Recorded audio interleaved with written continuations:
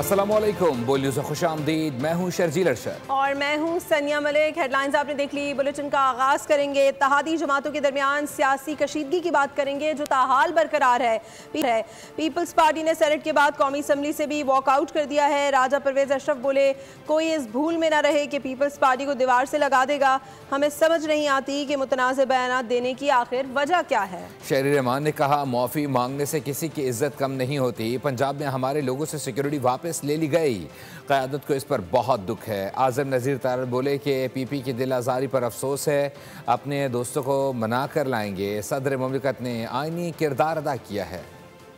इत्तेहादी जमातों में तनाव कम न हो सका। नून लीग और पीपी में नाराजी, गिले शिकवे। सेनेट के बाद पीपी का कौमी असम्बली से भी वॉकआउट।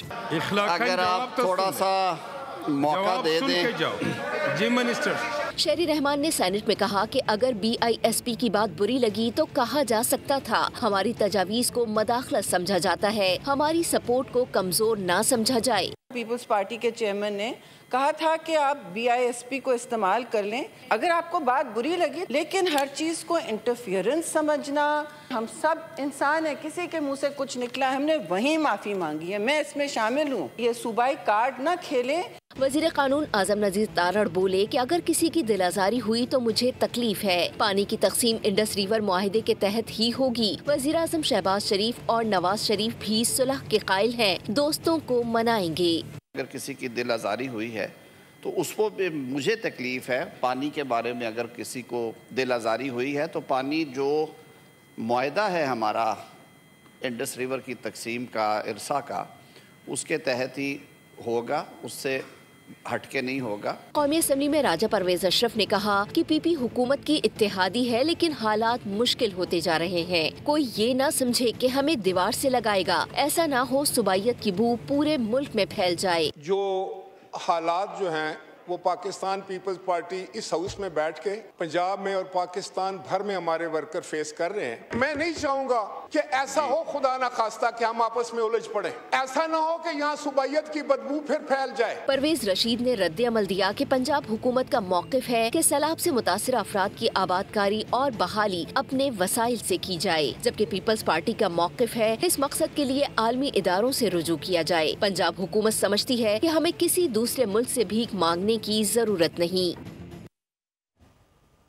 वज़ीर दिफ़ा ख्वाजा आसिफ का कहना है कि वज़ीर आज़म शहबाज शरीफ के मलेशिया से वापस आते ही मामला तय पा जाएंगे। उन्होंने कहा कि मोहसिन नकवी को आसिफ जरदारी का कराची बुलाना खुशाइंद है, जबकि नून लीग और पीपल्स पार्टी के दरमियान नहरों के मामले पर इख्तलाफात हल हो चुके हैं।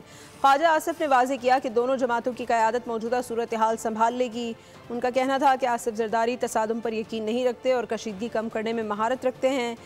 वज़ीर आज़म मरीम नवाज़ नून लीग का मुस्तक़बिल हैं। नवाज शरीफ ने कहा कि वतन वापसी से क़यास आराइयाँ दम तोड़ जाएंगी। अफ़गानिस्तान से मुताल्लिक़ गुफ्तगू में कहा कि हमारे ताल्लुकात हमेशा कड़वे रहे, अफ़गान मुहाजिरीन को ईरान की तर्ज पर निकाला जाए। और ये बताएं कि दूसरी जानिब नून लीग और पीपल्स पार्टी के दौरान लफ्जी शिद्दत आ चुकी है और इस दौरान एक दूसरे पर गोलाबारी भी जारी है। वज़ीर इत्तलात पंजाब अज़हर बुखारी ने मुखालिफिन के ऊपर वाले पोर्शन खाली करार दे दिए। बोली, हम काम करते हैं तो लोगों को तकलीफ़ होती है। पंजाब में घर बिकते हैं और ना ही सोलर पैनल। पंजाब में मुश्किल वक्त को सियासत के लिए इस्तेमाल करना अफसोसनाक है। पीपी रहनुमा अली कासिम गिलानी ने अज़हर बुखारी को जवाब दिया। कहा, जिस पुल पर खड़ी होकर मरीम नवाज तनकीद कर रही थीं वो पीपल्स पार्टी ने बनाया था। बिलावल भुट्टो के बारे में बात करके रेड लाइन क्रॉस की गई। नून लीग जनूबी पंजाब को सूबे का हिस्सा नहीं समझती। पीपल्स पार्टी के पास पंजाब के लोगों का मैंडेट है। जब पंजाब के ऊपर एक चैलेंजिंग टाइम आया, उस चैलेंजिंग टाइम को अपनी सियासत के लिए इस्तेमाल किया गया। ये कहा गया कि पीपल्स पार्टी जो है वो सैलाब के ऊपर सियासत कर रही है। तो मैं उस्मा बुखारी साहिबा से ये पूछना चाहता हूँ कि 25 सितंबर से पहले पीपल्स पार्टी की कितनी प्रेस कॉन्फ्रेंसेज हुई हैं पंजाब गवर्नमेंट के खिलाफ, मुझे बता दें। जो कुछ नहीं कर सकते वो सिर्फ मुंह हिला सकते हैं, वो सिर्फ बात कर सकते हैं। हमारे ऊपर, हमारी लीडरशिप के ऊपर कोई सख्त बातें करेगा तो पीपल्स पार्टी उसका जवाब देने का हक रखती है। पंजाब के सैलाब मुतासरीन का मजाक उड़ाया जा रहा है। उनकी महरूमियों को कार्ड के तौर पे इस्तेमाल किया जा रहा है। तो मैं उनको बताना चाहता हूं कि पाकिस्तान पीपल्स पार्टी कोई 2.5 करोड़ रुपए का पीपल्स पार्टी राशन तकसीम कर रही है जो आज तक हम तकसीम कर रहे हैं। तहरीक इंसाफ ने पीपल्स पार्टी को नून लीग के साथ तनाज़े पर मशवरा दे दिया। असद कैसर का कहना है कि फ्रेंडली फायर ना करें, संजीदा हैं तो अदम एतमाद लाएं। साथ देने की पेशकश भी कर दी। सेनेटर अली जफर ने नून लीग और पीपल्स पार्टी दोनों को तनकीद का निशाना बनाया। सेनेट में कहा, दो बड़ी इत्तेहादी जमातों को झूठ और लालच की ट्रॉफी मुबारक हो। पूरी कौम तकलीफ में है। सैलाब ने हज़ारों बस्तियां तबाह कर दी हैं। दोनों जमातों को कौम की फ़िक्र नहीं है। मिफ्ता इस्माइल ने नून लीग और पीपल्स पार्टी की लड़ाई को नूरा कुश्ती करार दिया। कहा, ये दोनों जमातें हुकूमत में हिस्सेदार हैं। एक पार्टी का सदर और दूसरी का वज़ीर आज़म है। दोनों के दरमियान तनाज़ा सिर्फ दिखावे के लिए है। हम पीपल पार्टी की ये फ्रेंडली फायर को जो है ना वेलकम करते हैं। हम समझते हैं कि अगर ये संजीदा है तो आए, अदम एतमाद पेश करें, हम इसके साथ दे देंगे। अदम एतमाद में इस हुकूमत को फारग करने में हम इसका साथ दे देंगे। अभी आए, मैं हमें ऑफर करता हूँ अपनी तरफ से, अगर ये अदम एतमाद पेश करते हैं तो हम पूरा सपोर्ट करेंगे इसको अदम एतमाद में। कौम तकलीफ में तड़प रही है। बच्चे जो हैं आज भी खुले आसमान के नीचे भूखे सो रहे हैं। पहली ट्रॉफी जो आपको मैं देता हूँ बेहसी की, दूसरी झूठ की, तीसरी नाअहली की और चौथी वो है लालच की। अगर वो प्रोटोकॉल छोड़ें और हकीकत देखें तो सैलाब ज़दा जो लोग हैं वो कई दिनों तक अपने छतों पर खाली हाथ हिलाते रहे। प्रोग्राम बोल आदिल अब्बासी के साथ में सियासी गर्मा गर्मी। पीपल्स पार्टी के रहनुमा मौला बख्श चांडियों ने मरियम नवाज के बयान पर सख्त रद्द-ए-अमल का इजहार कर दिया। कहा कि जो भी मरियम नवाज का बयान सुनेगा समझा जाएगा कि वो वज़ीर आज़म के ख़िलाफ़ है। मौला बख्श चांडियों का कहना था कि पीपल्स पार्टी का बहाना बनाकर वज़ीर आज़म को ख़राब किया गया। हुकूमत पीपल्स पार्टी की बैसाखियों पर खड़ी है। वज़ीर ममलिकत खीलदास कोहिस्तानी ने कहा कि देखना होगा खेल पहले किसने शुरू किया। मरियम नवाज ने जवाब दिया जो उनका हक है। उन्होंने कहा कि वज़ीर आला पंजाब के ख़िलाफ़ नाज़ेबा ज़ुबान इस्तेमाल हो रही है जो नामुनासिब है। ऐसी बयानबाजी से किसी जमात को फ़ायदा नहीं होगा। प्राइम मिनिस्टर की मोहतरम मुकर्रम भतीजी साहिबा का बयान आया है।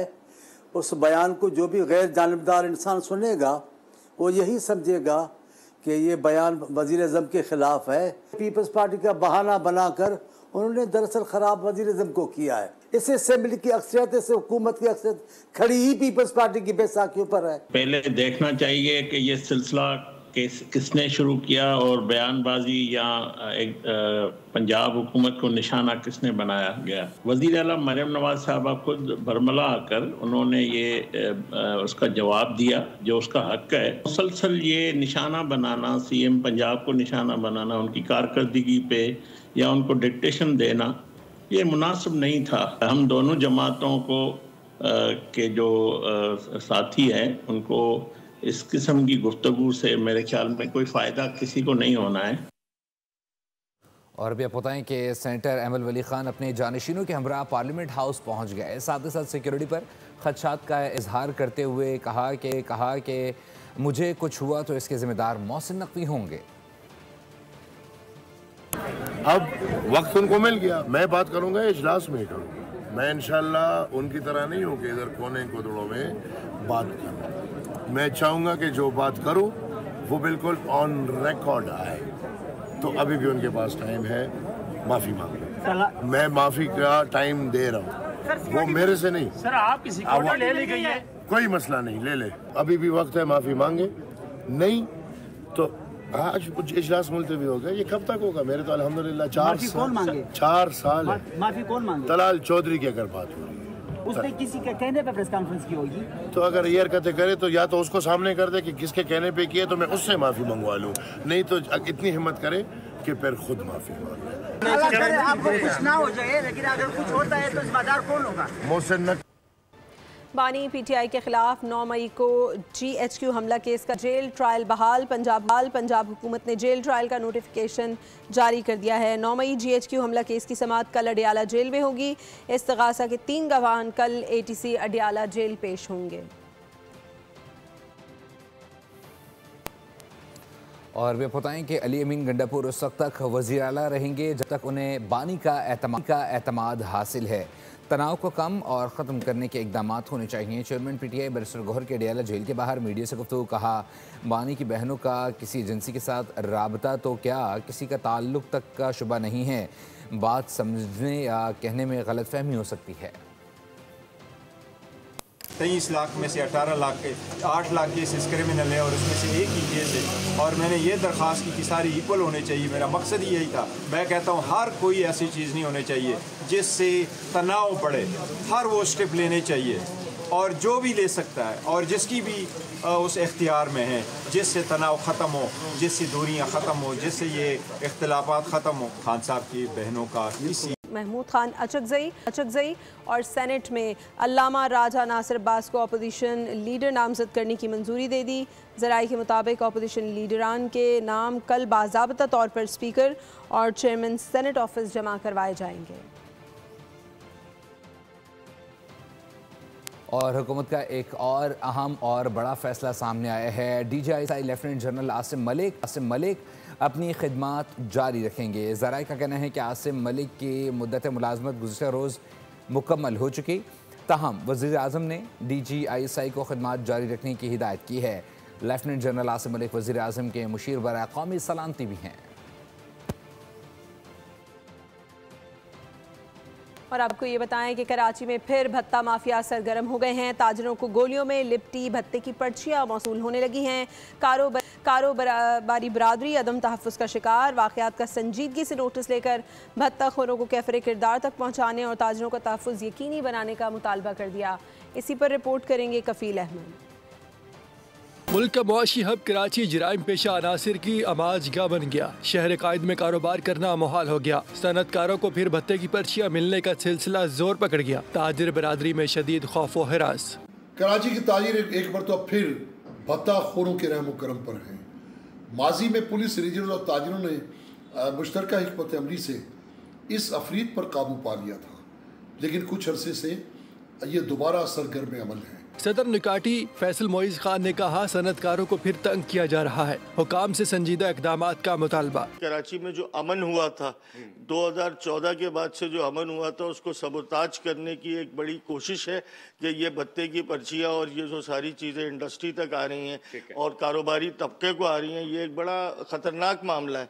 इसलिए कराची वो जगह है जो पाकिस्तान चलाती है। कराची चैम्बर ऑफ कॉमर्स ने दफातर और दुकानों पर CCTV कैमरे नस्ब करने की हिदायत कर दी। सब अपने घरों पे अपने का बिजनेस की जो जगह है या इंडस्ट्री है वहाँ पे कैमरे लगाएं। बिल्डर्स जो इनकी बिल्डिंग्स बन रही हैं वहाँ कैमरे लगाएं। और ये जब इन्होंने कहा तो हमने आपस में डिस्कस किया चैम्बर में आके और हमने ये सर्कुलर तमाम मेंबरों को किया। सनतकारों ने भत्ताखोरों को कैफरे किरदार तक पहुँचाने और कारोबारी बरादरी का तहफ़्फ़ुज़ यकीनी बनाने का मुतालबा किया है। और कराची से खबर शामिल करेंगे, जहां इत्तेहाद टाउन में टिकटॉकर ग्रुपों के दरमियान फायरिंग से दो अफराद की हलाकत के मामले पर पुलिस ने मोहम्मद खान कॉलोनी और मुल्हिका इलाकों में ग्रैंड सर्च ऑपरेशन किया है। कार्रवाई के दौरान दोनों ग्रुपों से ताल्लुक़ रखने वाले 6 मुल्ज़िमान गिरफ्तार कर लिए गए हैं, जिनके कब्जे से गैर कानूनी असलहा बरामद हुआ है। गिरफ्तार मुल्ज़िमान में 4 का ताल्लुक़ बताया जा रहा है कि टिकटॉक और 109, जबकि दूसरे का टिकटॉक 313 ग्रुप से है। पुलिस के मुताबिक एक मुलजिम के कब्जे से SMG राइफल और दूसरे से पिस्तौल बरामद कर ली गई है। मुलजिमान के खिलाफ सिंध आर्म्स एक्ट के तहत मुकदमा दर्ज कर लिए गए हैं, जबकि मजीद गिरफ्तारियों के तहत कार्रवाई जारी है। अभी आप बताएं कि वज़ीर-ए-आज़म शहबाज शरीफ के दौरे मलेशिया के दौरान दोनों ममालिक ने तिजारत, तालीम और इलाकाई ताउन समेत मुख्तलिफ शोबों में ताउन और ताल्लुकात मज़ीद मजबूत बनाने पर इत्तफ़ाक़ किया है।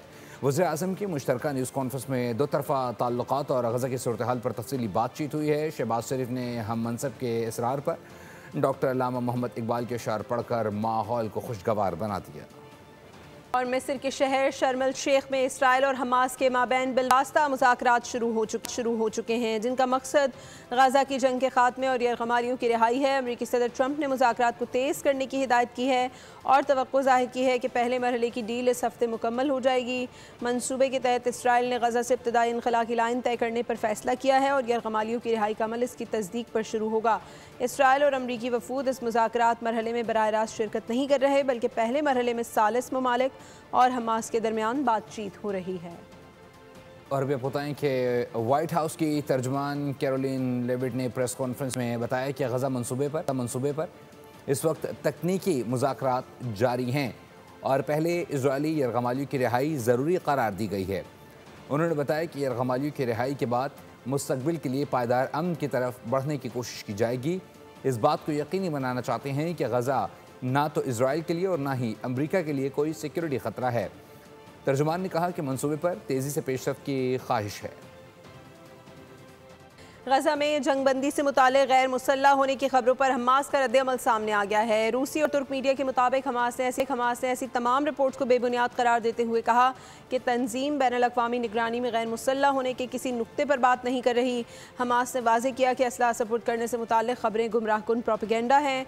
उधर ट्रंप ने अपने हालिया बयान में हमास को खबरदार किया था कि अगर उसने गजा में इक़्तिदार छोड़ने से इनकार किया तो संगीन नताइज का सामना करना पड़ेगा। गजा जंगबंदी मुआहदे से मुताल्लिक़ गैर मुसल्लह होने की खबरों पर हमास का मौक़िफ़। रूसी और तुर्क मीडिया के मुताबिक हमास ने असलहा सपुर्द करने की खबरों को गुमराहकुन करार दिया। कहा बैनुल-अक़वामी निगरानी में गैर मुसल्लह होने का सवाल ही पैदा नहीं होता। हमास रहनुमा मोहम्मद मरदावी ने वाज़ेह किया कि ना तो किसी जंग बंदी पर पेशरफ्त हुई है और ना ही हथियार डालने पर बातचीत जारी है। ट्रंप ने इतवार के रोज़ हमास को खबरदार किया था कि अगर उसने गजा में इक़्तिदार छोड़ने से इनकार किया तो मुकम्मल तबाही का सामना करना पड़ सकता है। और गज़ा में इजरायली मज़ालिम जारी हैं। सहूनी फ़ौज की गज़ा सिटी में वहशियाना बमबारी से मज़ीद अफराद शहीद हो गए हैं। गजा में इसराइली फ़ौज की बर्बरियत जारी। रफ़ा नसीर मेडिकल कम्प्लेक्स और गजा सिटी पर बमबारी। सियानी फ़ौज ने इमदाद के मुंतज़िर 4 अफराद को फायरिंग करके शहीद कर दिया। भूख से भी एक फ़लस्तीनी शहीद हो गया। गजा सिटी में भी बमबारी जारी है। फ़लस्तीनी सिविल डिफेंस का कहना है कि मलबे तले दबी लाशें निकालने के दौरान बमबारी की गई। जनूबी गजा का रुख करने वालों को भी इसराइल फ़ौज की धमकी। ट्रंप की इसराइल को जंग बंदी की हिदायत पर भी अमल दरामद न हो सका। और अभी आपको ये बताएं कि इसराइल ने ग्रेटा थनबर्ग समेत फ्लोटिला के मजीद 171 अरकान को डिपोर्ट कर दिया है। वतन वापस पहुंचने वाले इमदादी कारकुनों ने इसराइली हिरासत में ढाए गए जुल्म और सितम की दास्तान बयान कर दी। तर्जुमान दफ्तर खारजा के मुताबिक साबिक सेनेटर मुश्ताक अहमद की महफूज वापसी के लिए कोशिशें जारी हैं। इसराइल ने सफाकियत की तमाम हदें पार कर दी। ग्लोबल समूद फ्लोटेला में सवार इंसानी हुकूक के कारकुनान पर भी इंसानियत सोज मजालिम ढाए गए। इटली और तुर्किया लौटने वाले कारकुनान ने सेहूनी फोर्सेस के नारवा सुलूक की दास्तान सुना दी। रजाकारों ने बताया कि इसराइली फौज और पुलिस ने उन्हें हिरासा किया, पुरतशद्दुद रवैया अपनाया, बंदूकें तानी गईं, 6 घंटे तक बर्फीले कमरे में रखा गया, पानी मांगने पर वॉशरूम का पानी पिलाया गया, अद्वियात से भी महरूम रखा गया। हुकूमत पाकिस्तान इसराइली हिरासत में मौजूद साबिक सेनेटर मुश्ताक अहमद की महफूज वापसी के लिए कोशां। तर्जुमान दफ्तर खारजा का कहना है कि मुश्ताक अहमद के महफूज इनखला के लिए उर्दन के दारुल हुकूमत ओमान में पाकिस्तानी सिफारत खाने के जरिए कोशिशें जारी हैं। उर्दन हुकूमत के ताउन से मुश्ताक अहमद खान की वापसी का अमल कुछ रोज में मुकम्मल हो जाएगा। ग्लोबल समूद फ्लोटेला में शामिल एक अतालवी रुकन ने इसराइली जेल में इस्लाम कबूल कर लिया। रिहाई के बाद तुर्किया पहुँच कर ईमान लाने की तस्दीक की। इसराइल ने ग्रेटा थनबर्ग समेत फ्लोटेला के मजीद 171 अरकान को डिपोर्ट कर दिया। काबिज रियासत इसराइल ने गजा इमदाद ले जाने वाले फ्लोटेला के 43 कश्तियों को यरगमाल बनाकर उसमें सवार 20 से ज्यादा ममालिक के 500 रजाकारों को गिरफ्तार कर लिया था। और वे बताएं कि स्पीकर कौमी असम्बली की दावत पर सऊदी शुरा कौंसिल का पार्लिमानी वफ्द पाकिस्तान पहुँच गया है। स्पीकर सादित इस्लामाबाद आमद पर मुअज़्ज़ज़ मेहमान वफ़द का पुरतपाक इस्तक़बाल किया। सऊदी वफ़द सदर मुमलिकत आसिफ अली ज़रदारी, वज़ीर आज़म शहबाज शरीफ और फील्ड मार्शल आसिम मुनीर से मुलाकात करेगा। पार्लिमानी ताउन, दो तरफ़ा ताल्लुक़ात और इलाकाई अमन और तरक्की पर तबादला ख्याल किया जाएगा। पाक सऊदी अरब पार्लिमानी ताउन के फ़रोग़ पर गुफ्तगू भी की जाएगी। वफाकी वज़ीर दाखिला मोहसिन नकवी का दौरे कराची। वज़ीर दाखिला सिंध ज़िया लंजार की रिहाइशगाह आमद सिंध के सीनियर वज़ीर शर्जील मेमन भी हमरा थे। वज़ीर दाखिला मोहसिन नकवी ने ज़ियाउल हसन लंजार से उनकी वालिदा के इंतकाल पर अफसोस का इजहार किया। सोगवार ख़ानदान से इजहार ताज़ियत की, मरहुमा के इसाले सवाब के लिए फातिहा ख्वानी की। और साल का पहला सुपरमून आज नजर आएगा। स्पार्को के मुताबिक सुपरमून रात 8:47 पर उरूज पर होगा, जो ज़मीन से 2,24,599 मील के फासले पर होगा। सुपरमून आम मुकम्मल चांद के मुकाबले में 6.5% बड़ा और 13% ज़्यादा रोशन दिखाई देगा। तर्जुमान के मुताबिक साल का सबसे रोशन सुपरमून नवंबर में मुतवक्के है। और कुछ मौसम की बात करेंगे। मुल्क के मुख्तलिफ शहरों में मूसलाधार बारिश, लाहौर और मुल्तान समेत पंजाब के मुख्तलिफ शहरों में तेज़ बरसात हुई है। खैबर पख्तूनख्वा, गिलगित बल्तिस्तान और आज़ाद कश्मीर के मुख्तलिफ इलाकों में भी गरज चमक के साथ बारिश हुई। ओहदा बरा होने को तैयार नहीं, सर्दी ने आने की ठान ली और यूं दोनों में ठन गई। कराची मौसमियाती जंग की जद में आ गया। जी हाँ, कराची में मौसम की करवटें जारी हैं। गर्मी और सर्दी के दरमियान इख्तलाफात शिद्दत इख्तियार कर गए। बादलों और सूरज ने सालिसी का किरदार शुरू कर दिया। कभी बादल बूंदे बरसाकर माहौल को ठंडा करते हैं तो कभी सूरज दोनों के रवैयों पर गुस्से का इजहार करता है। ताहम मौसमियाती जराए के मुताबिक अब दोनों के दरमियान सब्सक्राइब करें और बेल दबाएं ताकि कोई खबर रह न जाए।